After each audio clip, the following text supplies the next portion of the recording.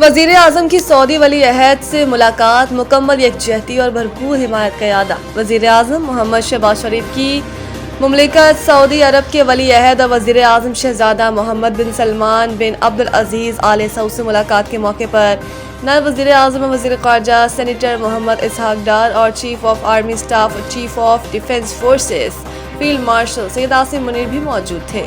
ملاقات کے آغاز میں وزیر اعظم محمد شہباز شریف نے خادم الحرمین الشریفین شاہ سلمان بن عبدالعزیز آل سعود کے لیے نیک تمناؤں کا اظہار کیا اور پاکستان کے لیے مملکت سعودی عرب کی طویل المدتی حمایت پر گہری ستائش کا اظہار کیا۔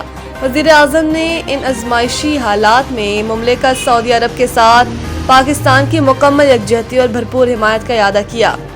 دونوں رہنماؤں کے درمیان خطے میں حالیہ پیش رفت پر تفصیلی تبادلہ خیال ہوا اور اس بات پر اتفاق کیا گیا کہ خطے میں امن اور استحکام کے فروغ کے لیے مشترکہ طور پر کام جاری رکھا جائے گا۔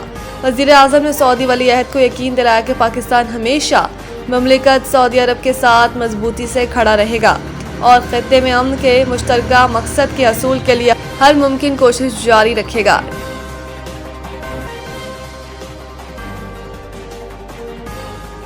ایران کے اسرائیل اور امریکہ کے اڈوں پر بمباری، عراق میں جنگجوؤں نے امریکی طیارہ مار گرایا۔ نائب سپریم لیڈر مجتبیٰ خامنئی کے بیان کے بعد ایران نے اسرائیل پر شدید بمباری کرتے ہوئے تل ابیب کے مرکز اور امریکی فوج کے اڈوں کو نشانہ بنایا، جس میں کم از کم 200 سے 19 زخمی ہو گئے۔ عراق میں امریکی جنگی طیارہ گرنے پر امریکہ کو بڑے نقصان کا سامنا کرنا پڑا۔ طیارے میں سوار تمام افراد ہلاک ہو گئے۔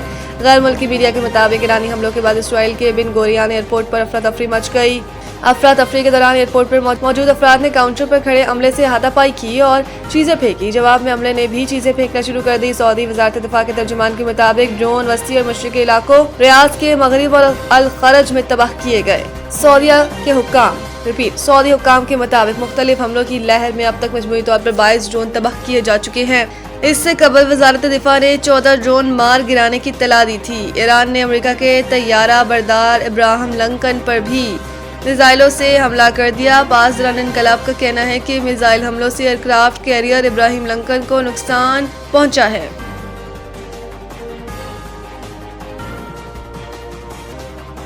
مشرق وسطی میں کشیدگی فوری ختم کی جائے، پاکستان کا سلامتی کونسل میں مطالبہ۔ اقوام متحدہ میں پاکستان کے مستقل مندوب عاصم افتخار نے سلامتی کونسل میں ایران سے متعلق اجلاس سے خطاب کرتے ہوئے کہا کہ مشرق وسطی میں کشیدگی کے فوری خاتمے کا مطالبہ کرتے ہیں۔ فریقین انتہائی تحمل کا مظاہرہ کریں اور مزید کشیدگی سے گریز کریں۔ انہوں نے مزید کہا کہ فریقین مستقل جنگ بندی قائم کریں، مذاکرات کا عمل دوبارہ شروع کریں، ایران کے جوہری مسئلے کے پرامن حل کے لیے اپنی حمایت کا اعادہ کرتے ہیں۔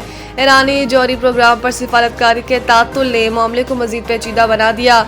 عاصم افتخار کا کہنا تھا کہ تنازع کا پائیدار حل سفارتکاری کے آزمودہ اصولوں کو اپنانے پر مضمر ہے۔ پاکستان کا آج بھی یہی موقف ہے کہ مسائل مذاکرات کے ذریعے حل ہوں۔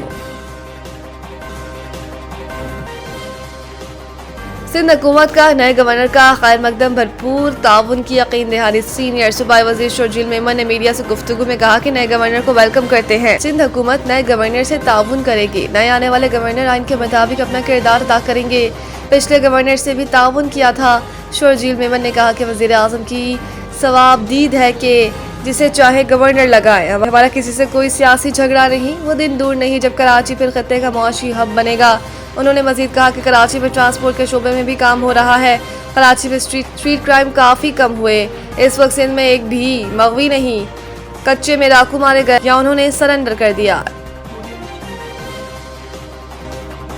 دی 100 لیگ IPL فرنچائز کی مالکن نے ابرار احمد کو ٹیم میں شامل کر لیا۔ دی برینڈ لیگ کی پلیئرز آکشن میں سن رائزرز لیڈز نے ابرار احمد کو 1,90,000 پاؤنڈ پاکستانی 7 کروڑ روپے سے زائد میں خریدا۔ ابرار احمد اس ٹورنامنٹ میں کسی بھارتی ملکیت والی ٹیم کے ساتھ معاہدہ کرنے والے پہلے پاکستانی کھلاڑی بن گئے ہیں۔ نیلامی میں قبل یا قیاس سرایاں زیر گردش تھی کہ IPL سے منسلک مالکان پاکستانی کھلاڑیوں کو منتخب نہیں کریں گے، تاہم ٹیم کے ہیڈ کوچ ڈینیل وچوری نے ان خدشات کو مسترد کرتے ہوئے کہا کہ ٹیم نے صرف کارکردگی اور ضرورت کو مد نظر رکھ کر کھلاڑیوں کا انتخاب کیا۔